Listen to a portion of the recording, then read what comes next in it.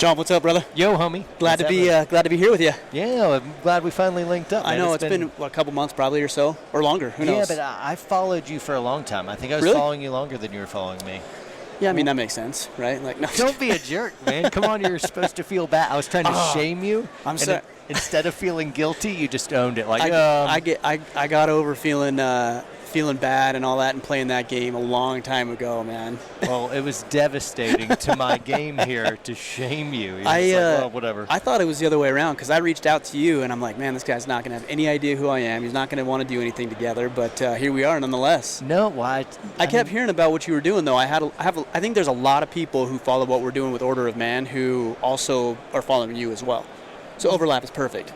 We need a whole bunch of people doing what we're doing. Yeah. It's shocking that nobody seems to be really doing what we're doing with our ethos. Yes. And I feel like we're doing very, very similar messages under different kind of banners and names, but it's essentially the same. I think I got more guns than you. You do. You have significantly more guns. Although I'm not willing to disclose how many I have, I'd still bet that you have more than I do. Well, tragically, and guys, some of you this will resonate with you. I lost almost all of them in a tragic boating accident. So pray for me. Hey, that's good. Hey, we'll just say they're lost, and that's it. End of story. We won't dive into that any deeper than that. So, big brother, if you're looking for them, they're somewhere at the bottom of a lake, for sure. That's right. It's funny because every once in a while I have guys on Facebook like, hey, what do you carry? What's your EDC? What's this? I'm like, don't worry about it. I'm not gonna. If you want to know, you can let's meet in person. We'll talk about that. But I'm not gonna share anything over That's Facebook awesome. about it. Hey, I am ready to defend my own. You need no more information. That's right. How much of that stuff do you disclose? I disclose it. I mean, it's your job too, right? Yeah, I disclose because I want people. Yeah, us specifically. We're trying to make more responsible gun owners, carriers, make the world safer. Gear can be helpful. Getting the right gun set up, holster, and all that stuff. It's not what we major on. It is the Indian and not the arrow, so to speak. It's training is outrageously more important than what model gun you get. It's training and knowing what you're doing. But gear and getting the right stuff really can help. So we weigh in. So people want professional kind of advice on that. I feel like a tool calling myself professional, but you are a professional. Yeah, there, I said it. Well, thank you. Anyway, so we don't want people to waste money on crap. Right. Right. So. It's hard too because I'm not in the industry, so I frankly I wouldn't know other than like what I have. But like, how do you start to like decipher what is good as far as equipment and advice? Like what is good, what is valuable, what is accurate, and what is trash? Without context, I have nothing to tell you. What are you trying to accomplish is absolutely the most important thing. Well, and I bet, actually, now that you say that, that's probably, if they aren't asking that question or bringing that up, then that's probably not qualified advice. Yeah, that's right, because true. So my background is financial planning, so I have people say things like, oh, well, what's the best investment? And I say the same thing. I don't know. What is it you're trying to do? Yeah. And if they're not asking that question, an advisor's not asking that question, then he probably is not going to lead you in the best path because he has no idea of whether or not he's going to lead you into the right thing. Yeah, and I can't answer the question until you give me a little bit more data to go off of. So if we want to go toward kind of some of those unique ones, we will. There we go. We'll get into it. We'll get into it. Yes. So obviously we've got firearms, but where does the ethos that you talk about fall in line? Because a lot of the times if it's firearms, we're just talking about firearms, we're talking about training and all of that, but very rarely do I see, if ever, the ethos that you bring that supports what it is you're doing from a firearms and protection perspective. Sure.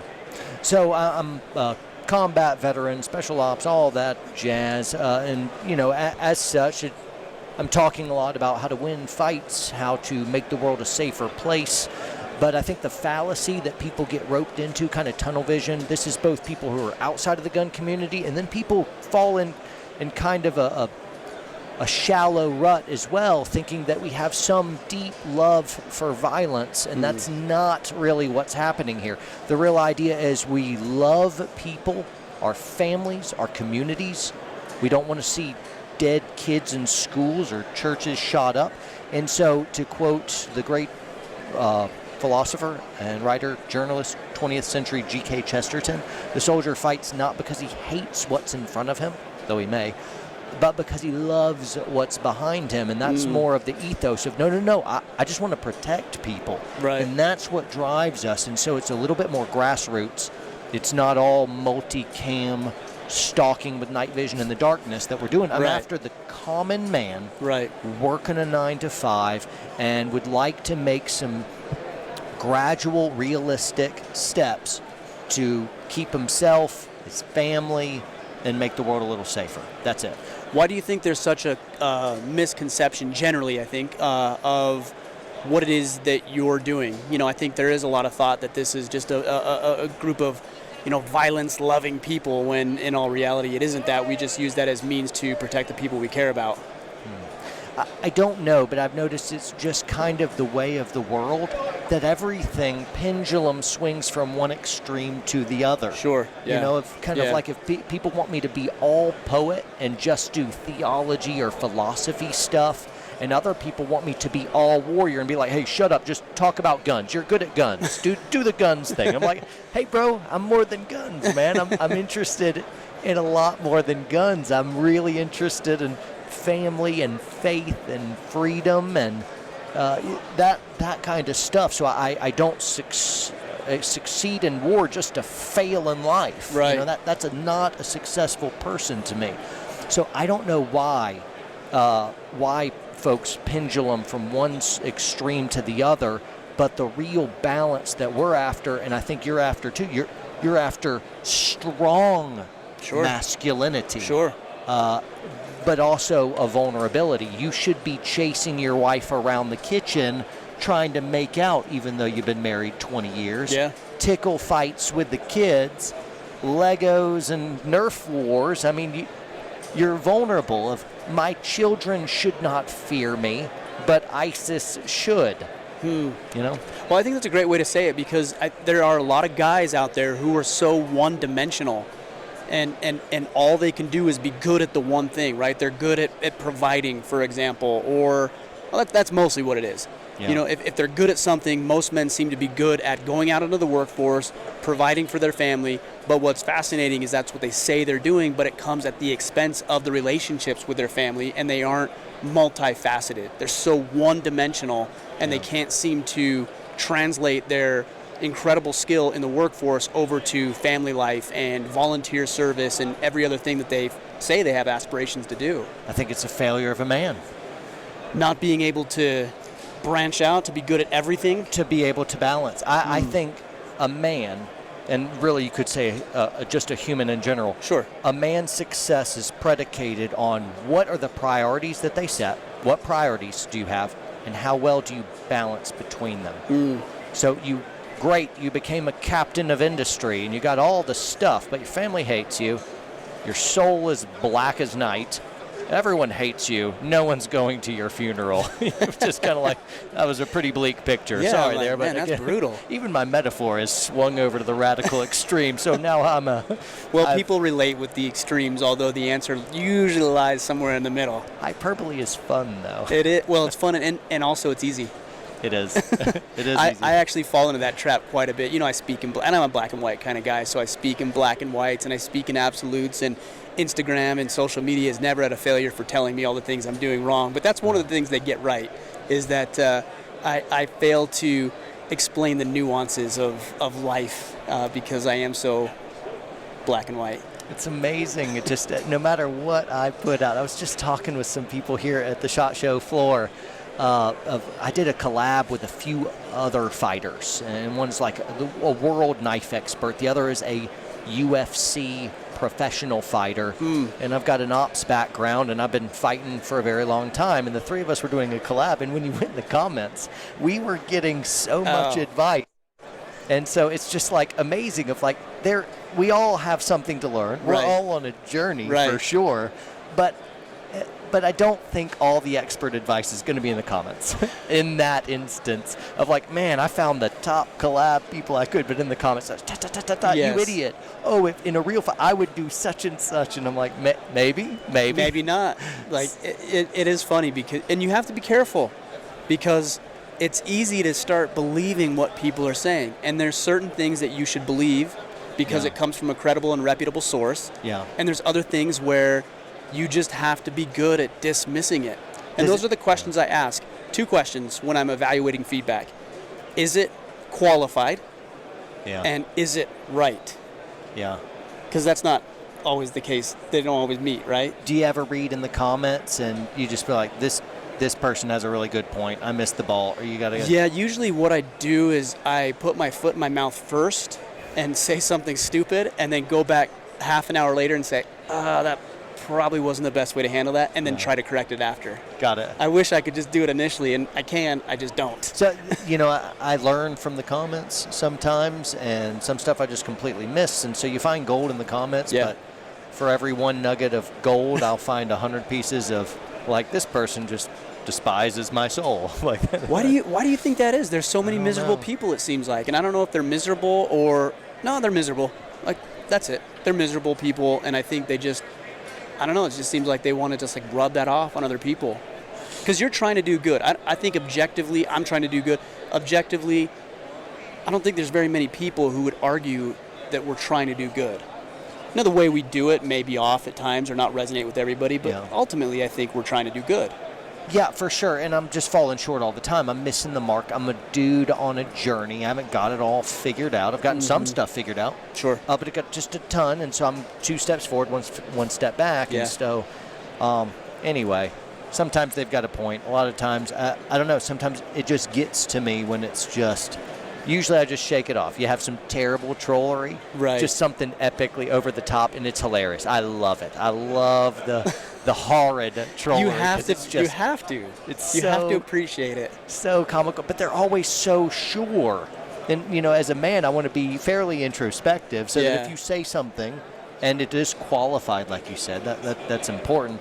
I need to weigh that, otherwise I get caught in my own little echo chamber and I never progress as a human. Right. And that sucks. So I need bad feedback that's credible. Right. Right. You have to have that. It's critical that you have that. Yeah. If there's one thing I can appreciate about trolls, is they are masterful at finding out your buttons and being able to push those buttons. I'm like, that's a translatable skill to something that would actually be valuable in life instead of just beating people up. But they are good at it. Yeah. Socially, they just understand, this guy's driven by this, I'll say this, and then he'll respond, and they are so masterful at that.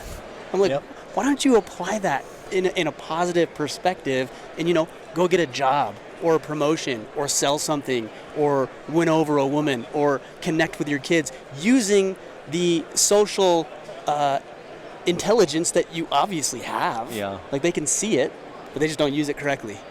No. It's a travesty. It really is. And, like, right now I'm thinking of if we were just purely logical creatures that could do the thing we knew we should do, nobody would be overweight or out of shape. We'd all be rich and, and our families would be completely happy. Our problem isn't that we don't know what to do. Our problem is that we're weak and we want the cookie and I want the upgraded car and I want to feel important and I'm jealous of so-and-so, and so we sabotage what we know by our appetites. And it's not them, it's me too. It's all of us, right? Yeah, and so I feel that pressure, the pang of jealousy or insecurity, and so... And the trolls know it. They do know it. They smell it in the water. They do. It's like sharks to blood, for sure. Ease up, bro. We're doing the best we can, homie. How do you put that in check for yourself? I mean, acknowledging it and recognizing that it's there, I think, is the first step. But how do you then check it? Great question. I've got people, long, deep relationships around me that can speak in, and they'll say the harder thing, and that's part of it. Another thing is the introspection thing, and another thing is I'm reading all the time, and then I'm also plugged into a family of faith, so I have a pastor, and so all of that ends up being a support network where I'm not the big authority. Right. I'm under authority as well as in authority, and so I have people that can speak into my life. Otherwise, pride just puts scales over your eyes, and Sure. Anyway, Yeah. what about you? That's a great question. That's definitely one way that I do it, is having the right people around who I have given permission, not only verbally, but through my actions and responses when they do share negative feedback with me or constructive criticism. Sure. Because sometimes what we'll do is we'll say, yeah, you can share stuff with me, even the things I don't want to hear but I need to hear. And then when they share that stuff with you, you blow up at them. Yeah. So you may have given them verbal permission, but your That's actions are in direct conflict with what you just said, and then they'll never give you any feedback again. That's good. Right. Yeah. So having that has been valuable. And then, indirect mentorship, whether it's connecting with guys like yourself and other people that I've met through the podcast, reading books, putting myself in front of good information where it expands my thought process and the way that I look at life, the way I look at my performance. That's another one, is I think about what other people are doing and what they're capable of. I think there's this theme in society that says don't compare yourself to other people, and that can certainly be put in a negative light, but I also think there's times where you probably should. Yeah. Not from a perspective of worth, like, oh, this person's doing better than me, so he's worth more than me. That's not what I'm saying. But when you look at other people that inspire, motivate you to do better things, and you compare their performance to yours, it shows you what's possible. For sure. And Absolutely. that's very, very powerful. Yep. Agreed. So one of the things you said is you said, I believe you said either in or under authority is what you had said. How do you reconcile that with being in control of your own life and determining your own destiny and the things that you want to create? Because I assume that you feel like you're an independent man capable of making those decisions, and yet you say you're under authority. I assume you were talking about God, right? Yeah, and also, church is as well. That's another thing. And also you have just different spheres of kind of like, for instance, Warrior Poet Society. The buck stops with me. I'm kind of the boss, but a lot of days, many days, I've got a staff member that is over an area of Warrior Poet Society, and they're kind of the king. They direct me around and tell me what. Here we have Brendan and Preston, and they're my camera guys working here, and producers and directors, and they tell me what to do and where to stand, and it's kind of like when we're doing video stuff of I'm not in charge anymore. Right. The overall concept or the idea of but no. So even little things like that where I'm in authority, but I know how to be under authority as well. If you're always in charge, you're never going to really. Nobody should always be in charge. Well, and there's other people that not going to go very more far. than you. You're not going to go very far in life with that, and your weaknesses will never turn into strengths. Yeah, So, sure. yeah. How did you get? Well, I was going to say how'd you get into firearms, but I imagine your time in the military service. Was it even before that? Did you grow up around firearms? No, not really. I mean, guns were around, but I wasn't really into them. I got into them. So I don't really just love firearms. Some people love their guns, and they collect them, and they name them. I do name some of mine. Do you really? Yeah, but it's just to be hilarious. I was going to say, is that like a superstition thing? Like I have a friend who he's all about baseball, and he has a name for his glove or whatever, a name for specific bats that he uses, and he's not being funny. Like, it's legitimate. And if you don't have a name for it, that's bad luck. Like, you don't not have a name for your bat or your glove or whatever. No, I'm just being funny. Okay, fair enough. My AR-15, like my original OG AR-15, she's been Sharon Jean for ages. Her name's Sharon Jean. That's her name. Right. But no, I just do it. But I don't love guns. Guns are cool, but they're really tools for me. Sure. They're tools. It's you're the weapon, and that's just a tool. And so that's... Explain the difference. Yeah, so sure. Well, guns don't kill people. People kill people. If violence, it comes from somebody. That's a good point. Pulling a trigger or pushing a button. That just happens to be the tool you're using. That's right. Fair enough. We are the most dangerous predator the world has ever seen. We are the top of the food chain. We are the apex predators. But when you think of it, it's not because we have sharper teeth or claws or run faster or stronger. It's because we're smarter. And so our mind, that we are the weapon. People frown upon that. It's interesting, though. You think about that we are the predator, but the other thing is that we also are the only animal out there that is humane, right? And that considers their prey's feelings and the way they die and these other things. In the predator world, yeah. Right, that's what I'm saying. Yeah. That's funny. Yeah. So people beat that up like, oh, we're evil. Oh, we're the worst thing that's ever happened. No, actually, we're pretty gracious that way, I would say. I mean, we can be evil, but I think we've worked a lot of that out. Some of it. So my mind immediately wandered as I went to a theology. Is man good? Yeah. Are we evil? Or what are your thoughts? I think that's a slippery slope because it's all a comparison contest of kind of like, you may be a better man than me, but if there is such a thing as God, well, now we have a huge problem, because when I compare myself to a God, if God is God, then God is an infinite without beginning or end, and if God has any attribute, logically it follows that attribute must also be infinite. So if God is good and infinite, God must be infinitely good, which means if I am even just a little bad in the eyes of an infinitely good God, I look infinitely evil. And so now I've got a huge problem. And when we talk about our inherent goodness, we're ants arguing who's taller.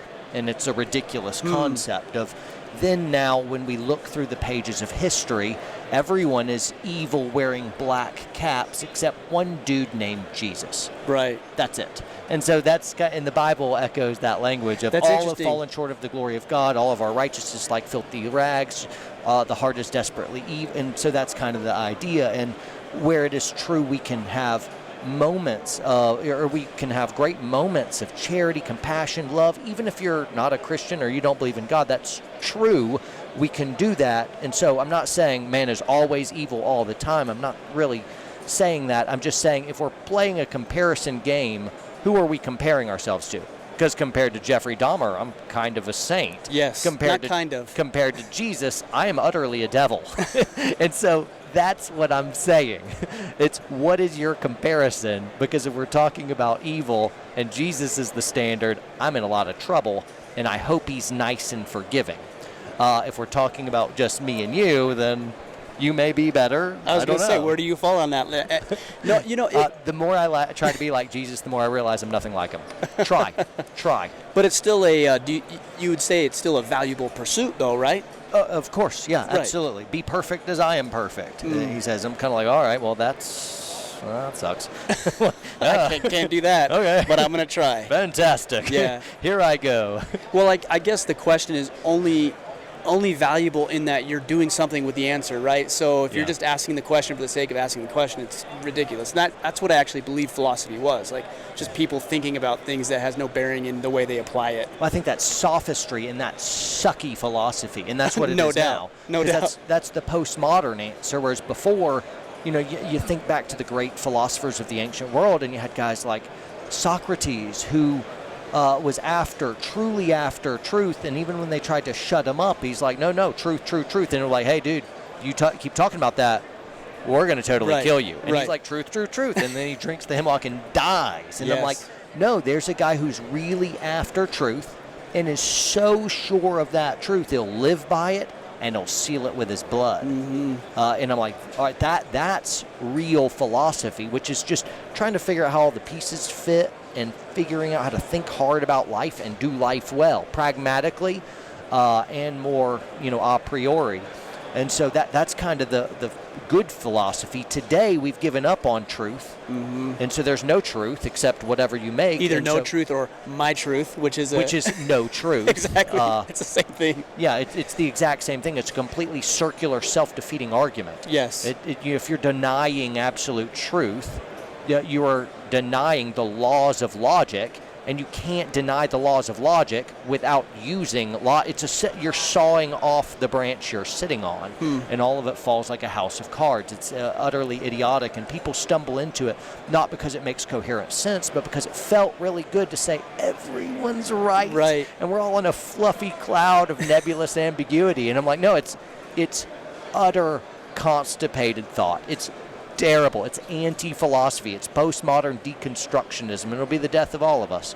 So, not the sophistry thing is let's just think about some stuff and have some cool, gnarly arguments. Feel good about it, right? Smoke a doobie while trying to figure out how the world works, and then we'll go on and do whatever we want. I'm like, that's not philosophy. That's not how this works. To go back to that question of are we are we good or are we evil, inherently, whatever it may be, that I lean more towards we are fallen, right? So Yeah.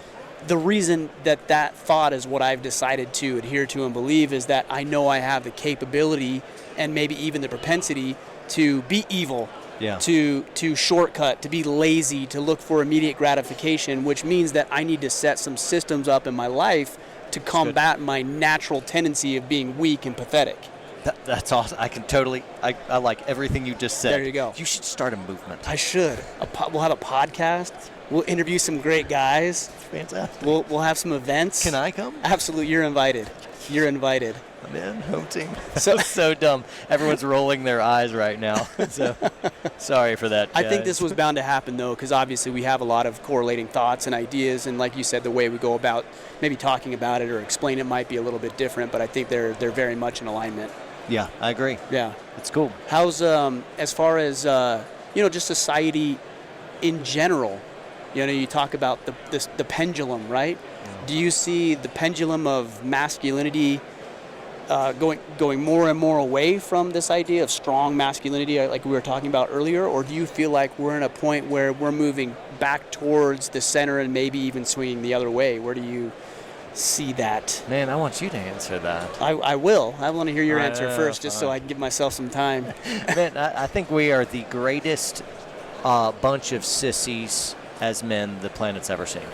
I think Fair we're enough. more sissified than ever before, generally, as men. And I think just I live in the breadbasket of the world right now, and we haven't any way of like. We got first world problems. Oh, yeah. Well, I've got no. Right. Oh, this 3G. thing's not working. Yeah. Well, it's about 3G. What am I supposed to do with 3G? I can't even stream whatever movie I want immediately with my supercomputer. That's our first world problems. Definitely. And, before, for most of human history, we have been eking by, just trying not to die every day. And yes. Timmy died of dysentery today, and we had 12 kids, so hopefully 2 would make it. And I lost all my teeth at 28 years old, and it's been a brutal existence. You didn't have any penicillin because that didn't exist. Right. And, Elliot got eaten by a saber tooth. And nobody thinks anything of it. It's like, it just happened. It's just been a brutal. And if you look at the rest of the world, even currently, people are fighting to survive. I mean, a third to half the planet doesn't have clean water. Right. Kids are dying. It's a brutal thing. And out here, we're just so outrageously rich. I live far more comfortably than the greatest emperor of the Middle Ages. No doubt. I have artificial environments that I can, I don't feel like 68 degrees.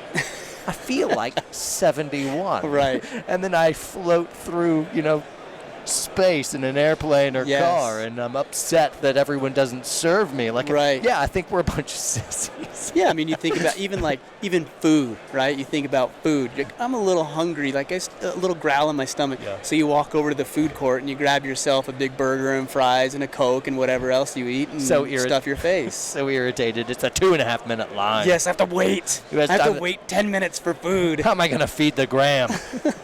Which is actually part of the reason I got into hunting, actually, is because I wanted to connect the dots between where our food comes from and it sitting on the dinner table ready for us to eat. Yeah, and it's pretty enlightening when you get. Do you hunt very much? Or no, you don't. Okay. I'm planning on moving toward hunting. Are you? Yeah. So all of my gun stuff has specifically been, more of fighting. More the tactical type stuff. Yeah, right. It's just apex predator against apex predator. It's man on man. Yeah. So but I'm really interested in hunting. It's I plan incredible. on going down that route more. Yeah. So, What's your draw?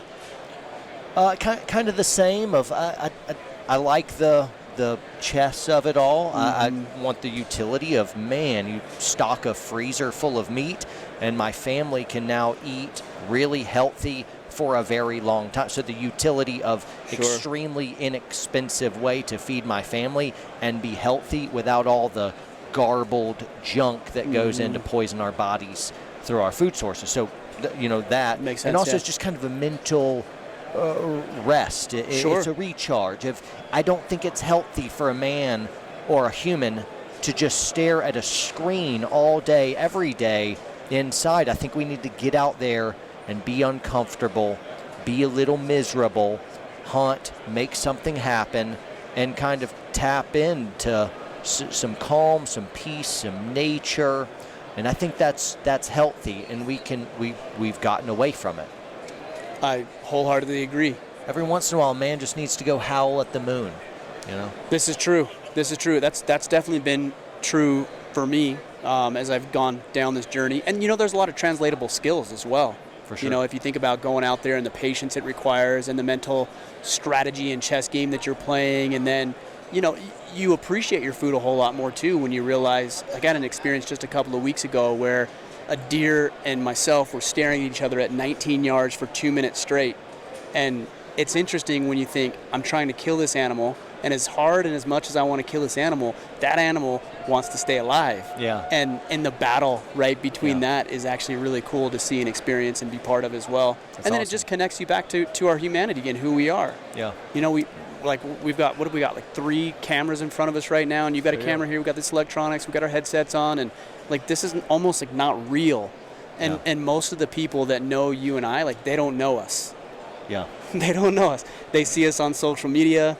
Every once in a while I meet somebody, and most often when I see somebody they say, oh, I recognized your beard.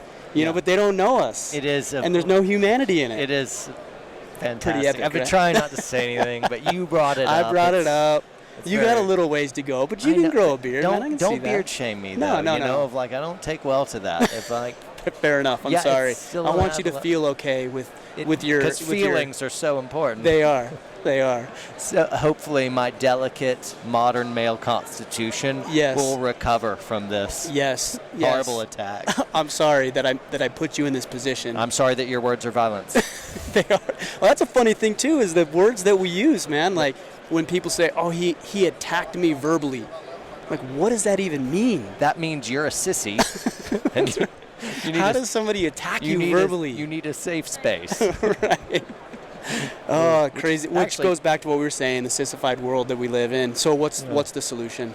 I don't know, but one thing. Well, if the world is dangerous and you are so delicate that someone's words or ideas or thoughts can cause such upset, I know the answer for successful living is certainly not to declare safe spaces. Yes. As if the world will bow down to your delicateness. The only answer is to get stronger. Mm-hmm. That's it. So that doesn't bother you. The world's not going to bow to us. It never has. We've been fighting for survival, and now we take it so desperately for granted, we've run out of things to complain about. And our real complaints, I forget, it was like memes or something where some starving Rwandan child is asking this person to tell me more about your first world problems. Yes. And then your AC went out and they've got distended belly from starvation. Mm-hmm. And the point is valid. We are just so spoiled. And I'm not saying I'm spoiled too. Right, And we take so advantage of it. I purposefully want to tap into a little inner masochism sometimes of you know what? Today is freezing cold shower day. And I go just turn it down. And I'm like, no, maybe I'll cheat it. I'm like, no, do it. Do I'm it. like, oh, let the misery take me. Yes. And I think it's good for character. I think it's just as good for, because then for the next 3 weeks, I'm so grateful for every hot shower. Not only that, but you're much more capable of dealing with other things that might arise that aren't catastrophic. Your cab doesn't arrive on time, or the microphone doesn't work quite right, or the gal at Starbucks doesn't get your mocha frappuccino flavor right. You can deal with that stuff. Well, not that last one. That one's that might be a really little bad. bit too hard. Whoa. Easy. How about you back up Easy now. coffee, bro? Coffee, I get coffee. Yeah, I actually don't. I don't drink coffee. So No? when people talk about coffee, and it's funny because we ran some events. We had an event at my property in Maine earlier it was last year. I give feedback forms. I'm like, all right, tell me what you liked, what you didn't like, how can we improve this? And 80% of the recipients said, bro, we got to have coffee. It didn't even cross my mind. Oh, yeah, you So I do. had no coffee That's there. bad. You live in Maine? Maine, yes. Cool, man. Can I come stay at your house? I love Maine. Have you been there? Yeah. We did this awesome road trip. My wife and I and one other couple rented a car and went hit 19 states Is that all the way right? through New England and did Yeah. this big loop. But Maine was one of my favorite states. Maine's amazing. Well, it's always amazing. I like it year-round because I've been there now through a summer, spring, and now into a winter. Yeah. But obviously, summer is the best time. Yeah. Summer, early fall is is incredible. Well, anyway, Maine's awesome. When man. I left, it was -8. When I left to come out here, 67 degrees. So we had like a 70-degree heat difference, and I gotta say it's pretty nice. Cool. Well, I'm gonna come see you in Maine. I'm gonna bring my old lady too. We'll double date it. You're welcome anytime. We'll solve all the world's problems. Yes. It'll be fantastic. It'll be easy. We'll do it in a weekend, and we'll drive on. Yeah. No, you talk about beating yourself up a little bit. One of the things I was thinking about, I don't know if you can see, I got a little bit of a black eye here. Oh yeah, it is fantastic. It is. Yeah, it's great. It's kind of weak, but No, it's good. Took a knee to the eye socket the other night. You're doing jiu-jitsu stuff now. Good for you, man. That's awesome. It is good, and the guy's like, "Oh, you're right." I'm like, "Yeah, I'm fine," and no big deal. But like, I wear it with a badge of honor because, like, we don't get to get punched in the face. No. And I think men need that. We need that adventure. We need a little bit of risk, and we need to inoculate ourselves against what else is going to happen in life. I'll punch you in the face. Well, I got it. I'm already. Well, I check it off the list. I don't need it anymore. Well, I'm trying to help, and I just don't appreciate you being all like negative about it. Of like I'm offering, and I appreciate the like, offer, but I'm gonna pass. All right, whatever. I'm just trying to help. Whatever, dude. So now this guy, come on, man, come on, like whatever. Okay, just you do whatever bro. You do whatever you want. Yeah, remember when we were talking about feedback? Yeah, I don't need that. I don't need your feedback. All right. So what else do you do as far as like hard things, right? Like, how else do you challenge yourself? Cold showers, check. What else? Well, I got kids. Yeah. Great point. Everyone's like, "Are you crazy?" I'm like, "I'm crazy." How many kids do you have? I have 2, and we're working on an adoption. Awesome. Which is a just terrible process of bureaucracy, outrageous money. It all looks very, very shady, and it's almost, awful. Yeah, it's almost a little disgusting. It is only to be outdone by some of the goat rope that foster care is. Of like, here, they have a baby that they can't take care of or don't want. We want to take care of it. Let's just do a handoff. Right. And then the government says, I'll help. And then $60,000 later, a year, and everything of like, and I do believe of like, all right, let's do a little background check so they find out that we're not in fact, Jeffrey Dahmer. And I'm like, okay, good. We got some background check. Right. Can we do that for less than $60,000? Can we figure out a little scheme to make sure? Because it's like they're in a situation where they're in a high-rise building. It's burning on fire, and the future of this kid may be an abortion, or it may be the system. Exactly. It's a bad thing. And so, nobody stands on the burning building and refuses to jump because they want to make sure the trampoline is OSHA certified. I'm kind of like, hey man, this is dire straits. Let's do a little due diligence. Yeah. Is that a trampoline? Are you sure? All right, I'm going. All right. It's like, is it kind of halfway set up? Good, I'm going. So let's do anyway. So we got kids. Yeah, cool. I work out regularly, and I push myself that way. We're always, running and gunning, that stuff. I'm in business as well. Of like we have other stuff that's going on, and so that's certainly really difficult stuff. Some fighting here and there stuff. What kind of hands-on.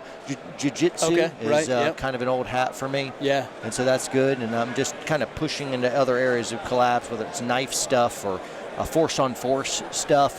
That'll really get your blood going because you're fighting each other. You're trying to shoot each other. And so force-on-force is an old hat for me too. What kind of technology is utilized for that? I don't really know too much about it. So I can take my Glocks, convert them over. So I'm shooting my lower, but I just change up kind of the upper in my pistol, or change out the bolt in my AR, and now we can take my training munitions and we can just shoot each other. And they're rubber bullets? Is that what they are? Or no, they're little plastic tip with a little paint in them. It hurts. You wouldn't want exposed skin. I mean, they're screaming out there a couple 200-300 feet per second. Right. So when you get hit, you know feel it. You feel it. Yeah, you feel it. And so the adrenaline pumps up, and you start on one side, I start on the other, and we just see what happens. Right. So no alibis. There's no. Well, I would. It's like we'll find out what you're gonna do. This is what happened. If like I got shot in the face, I'm like, well, then you would have died. Yes. Let's do it again and see how this goes. And so that's funny. Yeah, we do at our events. We do airsoft with the guys, and man, we just have a great time doing that. And airsoft can be a good training tool. Me as a tactical trainer, I can utilize different tools. But if you aren't with somebody who has some experience to know how to craft that training, right, and how to use proper scenarios, so I can kind of craft this out, it can very quickly denigrate into a bunch of kids running around in a circle, pew pew, and it loses its value as a tool. We ought to talk about that. But it's a good tool in and of itself. It's really helpful the first few hours you play it, and then after that, you start playing airsoft rather than really fighting. And I'll watch some airsofters do stuff, and I'll be like, good, all right, I like that, that's good. Whoa, what was that? Yeah. All right, you got the hit. No one could ever pull that off in a fight. You wouldn't try, and it wouldn't work. Right. Of like, no, the bullets just go straight through the walls in real life. Of like, no, you'd have this thing called fear. They wouldn't do that, and you wouldn't do that either. Sure. So you need someone to be able to call horse crap on stuff, and make scenarios so that the tool can do really well. But I've used airsoft in my training courses sometimes. It's a fine tool. I like it. I've used it. And you would have the same problem using this other training technology I have. It's the same problem. It's more of, you need somebody who's walked through the fire to show you and help you do that. In some degrees, if you've never done any force on force, you don't need somebody like that. Get the tools, get protective gear so you don't lose an eye or something, and then put your eye out. Just have fun. Do it a little bit. So go ahead and get welted up, and that's immediately whatever you try to do is going to be good. I'm talking more as once you've been doing it for a while, the next that'll get you so far, and now you need somebody who helps you script that out so that it actually feels like a fight, a real fight. And it's valuable in that situation. It's this is a valuable lesson into mentorship and the power of mentorship. Yeah. Because I know a lot of guys who, whether it's arrogance or just not believing they need mentorship or coaching or guidance, who don't look at it, right? They think, oh, no, I got this. And to a degree, yes, you can figure it out all on your own, and it'll take you longer and more painful and more expensive and everything else. But, man, mentorship is so, so powerful. Having the right people that can coach you, that can consult you and guide you and lead you to a place that you're trying to go. Yeah. You have mentors in your life? Yeah, I do, but it was when I was younger where I could be like, this is my mentor. And I was looking for that.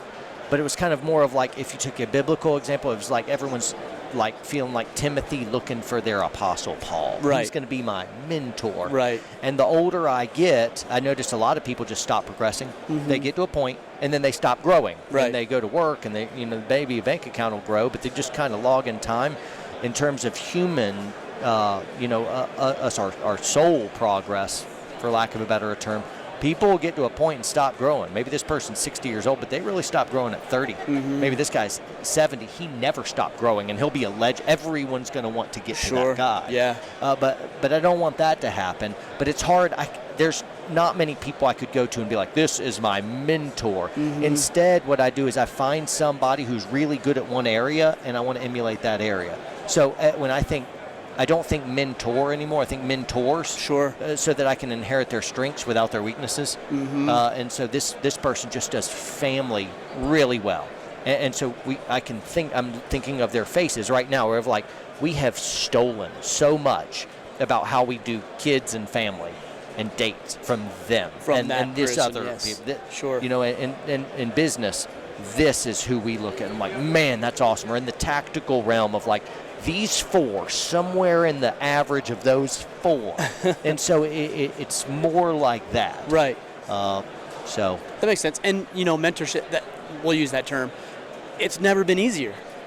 What do you mean? Well, I mean, if you're trying to look for an expert in, firearms, tactical training, or jiu-jitsu, or writing a book, or starting a podcast, like it's everywhere and it's so readily available. You just have to have a little bit of initiative and a little bit of focus on what it is you're after, and you can find it.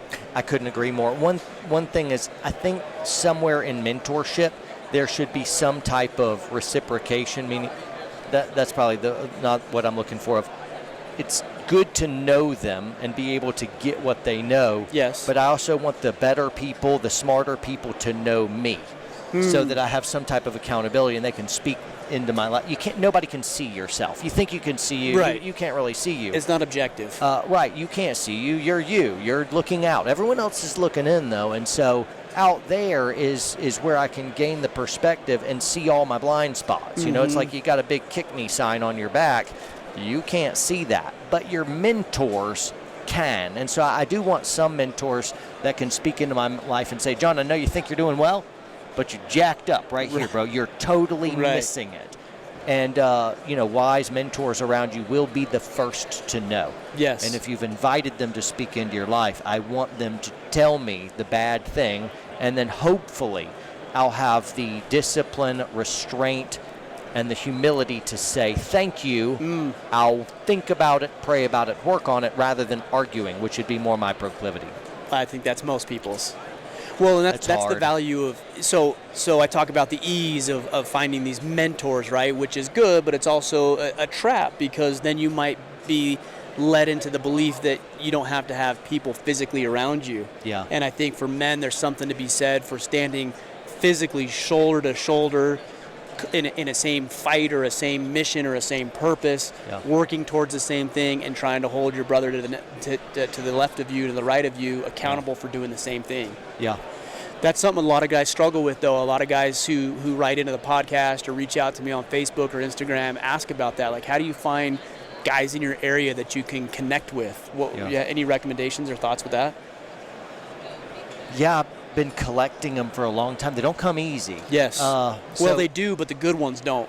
Very good, and they're so busy. Especially as true. I get older and I want people to pour into me.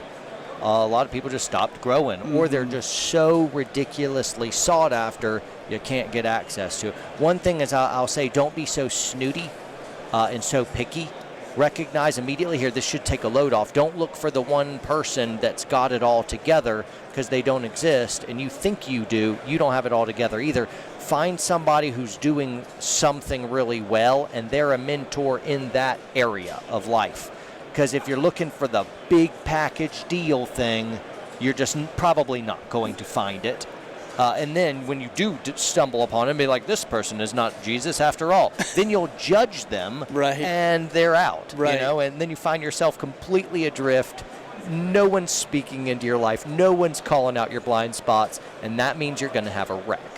Well, and I think you're speaking to the idea of it being reciprocal too. So if you and I, we're in each other's lives, for example, you should be able to share things with me I need to see, and you should also be open to receiving information from me, because I don't have everything figured out, and neither do you. Yeah. So I think in somebody you're looking to band with, it's got to be somebody who's willing to share truthfully, and also willing to accept truthfully the things they need to hear as well. That's good. Are you buttering me up to tell me how jacked up I am about something? Have I missed the mark on something? I'm just hoping, I'm kind of alluding to the fact that, will you be my mentor? That's what I'm looking for. I thought you were going to offer to be mine. No, I need your mentorship more than No, I need yours more than you need mine. Here we go. Here's my ground rules. All right. If I'm to be your mentor, no direct eye contact. Okay, fair.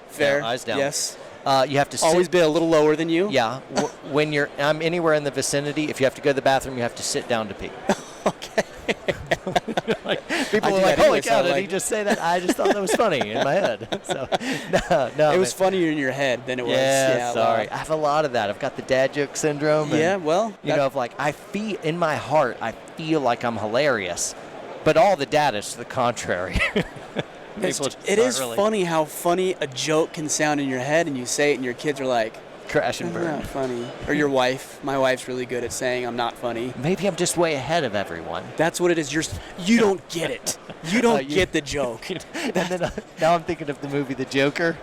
What is it? I saw it. Joker. At the end, he's like in the. Oh yeah, you wouldn't get it. Oh, you wouldn't get it. That's right. And he's challenging the structure of comedy. Yes. He's like, who gets to decide what's funny? Why can't I? I'm kind of like, well, if you're in a mental ward for killing a bunch of people, let's say you don't get a vote on this. That is an insane movie. Literally insane movie. It was a great movie though. I thought it was amazing. It was incredible. Joaquin Phoenix is on another level.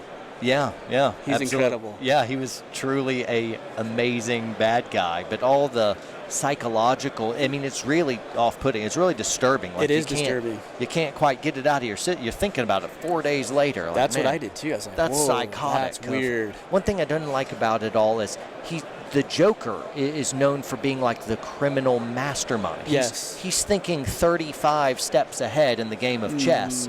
But this character didn't have that. No. So what I wanted more in the Joker is I wanted them to develop the Bobby Fischer brilliant intellect, but instead you didn't see that. But I think that's why I liked it, though, because it wasn't the same storyline or even the same character, really. It wasn't, and I like this, but it wasn't the Joker that I've known. Yes. The Joker was the brilliant psychopath, and this guy was just a psycho. Just a psycho. Right, didn't have the brilliance. I wanted to, and it could have been an easy write-in. Let's just watch him. He solves 2 Rubik's Cubes at the same time. And like 2 Rubik's Cubes of like same time. I'm like, this guy's smart. brilliant. And then move on to like, it could have been That's quick. the thing of brilliance, is if you can solve a Rubik's Cube. 2 of them at the same time. I don't know. Write in anything that lets me know of like, Alludes to it. And there it is. And that the movie was missing that. So there was a disconnect from the Joker I knew. The movie was, and this is how the Joker came about. It was supposed to be a backstory on the guy you knew, but instead they gave me somebody I didn't know. Right.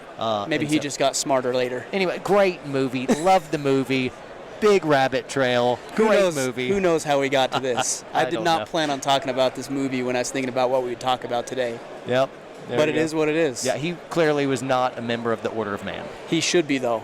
He should be. Well, we need more guy or Warrior Poet Society. That's for that right. matter. Just don't wear my T-shirt on TV for a while. let's sort straighten some this things out up, first. like not murdering people on television. It was a hardcore movie. All right, moving on. No more movie. Moving on. So let's talk a little bit firearms. We haven't really talked too much about that. Sure. So my question is, where do we start? Let's talk about basic information for novices who are considering, okay, what do I need to be carrying on my person on just for everyday use? What kind of training do I need? Because a lot of guys, what I think they'll do is they'll think because they own a firearm, they happen to carry it on their body, that all of a sudden they're more protected. And I might argue that not only are they not more protected, they're probably more dangerous if they don't have the training to go with it. Yeah. So what should somebody who's looking at protecting themselves, getting the right training, and getting the right equipment in place be looking for? Let's start with what you're up against. What you're up against is the average gunfight is over in a total of 3 seconds. That is so fast. 3 seconds. It happens at a distance of 3 yards and in. So it's fist fight kind of range. Sure. It's within 96% of all violent encounters in a civilian and law enforcement context are within 7 yards. That's the length of a car, right? Military is a little bit different, but the majority of that 96%, it's all within just like here, me to you. Right. It comes out of nowhere. And generally a total of 3 shots will be fired. So when you think about that, if it's like it's closer than you imagined, it happens way faster, way more violent, and it's just really hard to react at all. What that means is whatever we're carrying, you got to be able to draw it in the blink of an eye. Having it in your glove box somewhere in your car in section A9 isn't going to help you. You need a gun 3 seconds ago. Right. You think of like all of a sudden somebody, and I'm describing a bit of a worst case, somebody all of a sudden you turn around and there's a gun in your face. Well, but that's what you need to be prepared for, because if it's not that worst case, well, you are prepared for worst case. You can certainly handle something that's not worst case. That's right. Absolutely. Fantastic. So one piece of this, because of that, I put a pretty high priority on martial arts, but martial arts is not enough. You martial artists will be like, whatever, I know Kung Fu. I'm like, dude, shut up. It's not enough. In a world of guns and knives and stuff like that, if you're a really good martial artist, you will know that, man, weapons change stuff. No doubt. Also, the gun community could know this as well, because, hey, gun isn't nearly enough due to the constraints of the average gunfight. Man, it's probably going to be a martial arts fight. You really need to be pretty proficient at both and know that. But the precedent is really put on speed. The impetus is really put on raw, nasty. You can get that gun out in a moment and respond. Right. Because if a bad guy who's an ambushing predator, that's what a bad guy is, if they lay an ambush, you have fractions of a second oftentimes. So more important than this model or what you like is something that you can get out very, very quick and put into action. And also, I'll want a bunch of other stuff so that you need to be able to conceal it well. It needs to be comfortable. I'll put a huge priority on comfort, because if it's not a comfortable way to carry, eventually you will stop carrying. Sure. You think, I'll be disciplined. No, you won't. You'll eventually stop carrying.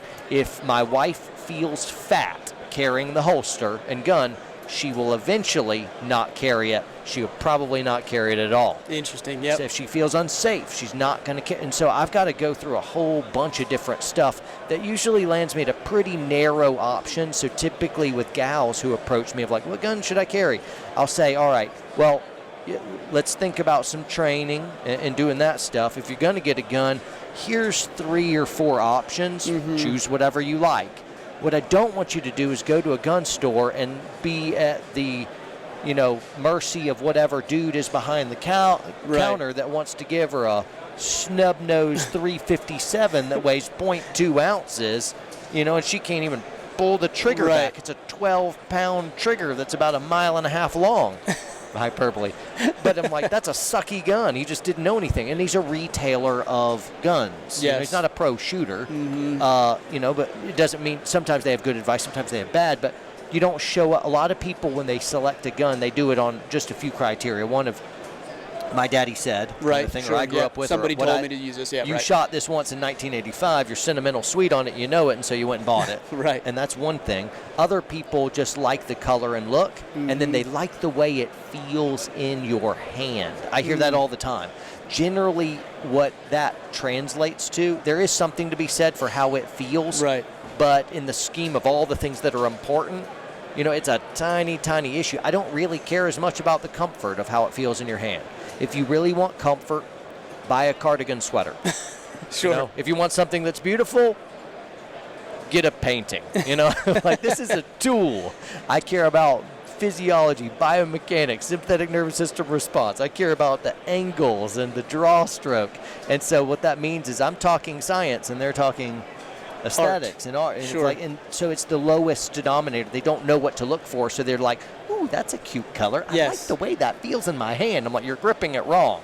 It's like, backwards. I don't like the way that feels in my hand. Well, you're holding it wrong. Yeah, That's almost 10 out of 10 times is true with a new thing of like, I like the way you're holding it wrong. Oh, that feels much better. I'm like, yeah, exactly. Yeah, because it's made for that. And so the big thing is people read their form and they trust somebody that gave them bad advice, or they went off a few indices that were actually ended up being irrelevant rather than just go in these few criteria. Now, just to be pragmatic, generally, I'll recommend for ladies or people who want to really maximize comfort in everyday carry, if you go a subcompact, it is easier and more comfortable to carry a smaller gun than a bigger gun. But if you get a really small gun, it's nice, it's cute, but they're a little bit more dangerous because the stuff is just and it's very hard to get out quickly, and it's extremely hard to fight with.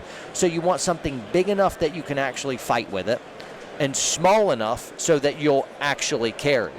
I'll carry a bigger gun when I'm out with my family or I'm out in a public place. I'll carry my War Poet pistol. We have a gun. It is amazing. It's the best bang for the buck kind of thing. But that's what I carry. It's a bigger gun. It's a Glock 19 size frame. It'll hold 16 rounds. But, if I'm going to the office or I'm just hanging out solo, I want to be more comfortable, and I'm not going to always carry that. And so maybe 40% of the time I'm carrying a subcompact. Right. It's a tiny gun. Yeah. And typically I'll lay out the subcompact options, and I'm like, right now at the time of doing this, so January 2020, right now, I like the Glock 43, so you can choose that. I like the M&P Shield. I like the SIG 365. I like the Springfield Hellcat. So here's 4. Choose any one of them. Right. And now let's get a good holster that goes on with it. Own that gun, shoot that gun, get training on that gun so that you know how to do the stuff, and then take her out. Yeah. And any one of them, whatever. It's like, well, what's the best? And if I get the wrong one, I'm gonna die. I'm like, no, it's not that. It's really more about the training. It's less about the gear. But one of those 4, and people are like, well, I want an external safety. I'm like, well, the holster now is the safety. There's all kinds of you can do that, you can get it, but there's things I need to show you that only force-on-force stuff. Later on, you'll know why I roped into a very specific choice, And until you know that, it's in the thing of you don't know what you don't know. It's kind of like, I want the whatever. And then you actually take off to the range and you do stuff and you're like, man, I don't like that at all. It's like, yeah, that's because it's really fun to hold. But that little noisy cricket right there, you shoot it and it's kind of like, oh my God, I hate that. That's terrible. Get rid of this gun. Or like, yeah. And so there you go. That makes sense. That's a lot of talking. I'm sorry. Well, I just went after it. No, it's a good primer, though. And I think there's a lot of guys who are listening who want to know, okay, well, what do I need to do? What do I need to consider? But I think you're dead on with that, the idea of the training, right? And how critical and crucial that is. Like, you don't get to just check a box because you own a firearm. I mean, maybe you feel a little better, but in reality, it's not really going to put you in a better situation if you don't have that training that goes along with it. Yep, we actually ought to consider having you come out to our events. Yeah, that'd be an opportunity for you to get out to Maine and then teach some of these guys a little bit of firearm instruction, which I think would be pretty valuable. Sounds good, man. Yeah. Man, we could go on all day. I want to be respectful of your time. We've got other things that we need to do as well. So let's start wrapping things up. I do want to ask you a question. I didn't prepare you for this though. Bring it on. I didn't know what you were doing with any of this. Well, stuff, that's true. So that is true. Good point. You make a great anything. point. The question is, what does it mean to be a man? Oh man, that's hard. I'll probably go more of the things we major on are probably leadership, provision, and protection. So in the idea of traditional gender roles, which I subscribe to, not that one is more important than another, male and female, we are inherently different physiologically, and I think in our just general roles, we are more set to certain things. Now, women can lead, obviously, women can provide, and women can protect. But generally speaking, when there's a bump in the night, the man goes and checks it out, not the woman. And there's exceptions. There's some really dangerous women out there who are fierce defenders and amazing bread-winning providers and amazing leaders. But generally speaking, for me, which I can speak for me, to me, I'm supposed to major on leadership, protection, and provision. My wife does not major on them, but she minors in them. I like that. I like that framing. That makes a lot of sense. So she's doing all that stuff too, but it is primarily in my home. And I get to speak for my home because it's mine and not yours. And if you have a problem with it, run your home differently and watch. Exactly. I won't judge you at all. Do you. But in the Lovell household here, I major on protection, provision, and general leadership. And that's my wife is flourishing. Right. She wants me to lead, and I do that in a real, in a real collaborative way. We do stuff together. But generally, I'm taking point on most stuff. Right. Not social stuff. She is queen of the social kind of calendar, and she's why our family relationships are still good. Yep. And, it's yes. like she is the keeper exactly outside of work. My wife is totally in charge of everything, and I just say, "Yep, okay, perfect. We got to go to the so-and-sos at 7:00," and I'm like, "Oh, all right, fine. I'll do whatever you." Okay, I'm doing it. I'll do whatever you say. You are in charge. That's fun. So people are going to grab a sound bite of something I said before without any context and make me a monster. But welcome. You guys suck if you do that. Welcome to putting yourself out there. Whatever. I'm glad that you said that. What you said are actually the three words that we subscribe to, which is why this conversation was inevitable. We talk about protect, provide, and we talk about leadership, preside. So protect, provide, preside. Because alliteration. So, P's, they all start with the letter P. It makes sense. Very powerful and poignant. Well played. Well played. All right, how do we connect with you? Oh, yeah, just type in Warrior Poet wherever, or John Lovell wherever. So Instagram, it'd be Warrior Poet. Facebook, Warrior Poet. YouTube, Warrior Poet. Our website, warriorpoetsociety.us. You get the idea. Warrior Poet's probably going to be a good way to get They'll be able to track you down, and we'll make sure we sync it up so the guys know where to go. Appreciate you, brother. Thanks so much, Looking forward to hopefully doing some stuff together in the future. For sure. I know we have some other stuff to do this afternoon. Yeah. And what a great conversation. Sounds good, Powerful stuff. Awesome. Thanks, man. Yeah, man.